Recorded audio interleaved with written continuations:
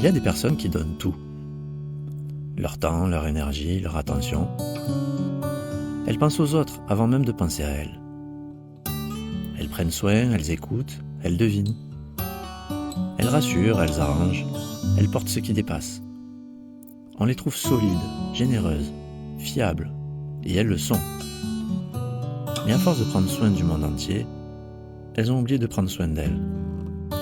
Elles repoussent leurs besoins, remettent à plus tard ce qui les apaise, minimisent ce qui les blesse. Elles savent tout faire. Elles encaissent, elles s'adaptent, mais souvent personne ne voit ce que ça leur coûte. Elles s'occupent de tout, de tous. Et dans ce mouvement permanent, elles s'effacent un peu. Comme si leur place ne tenait qu'à ce qu'elles faisaient. Comme si arrêter, c'était risquer de ne plus compter. Alors, elles redoublent de présence, dans l'espoir qu'on ne les oublie pas. Et elles donnent encore, même quand il ne reste plus grand-chose à offrir. Parce qu'au fond, ce qu'elles cherchent, ce n'est pas être utile, c'est d'être aimé. Mais on ne peut pas se reconstruire en se négligeant.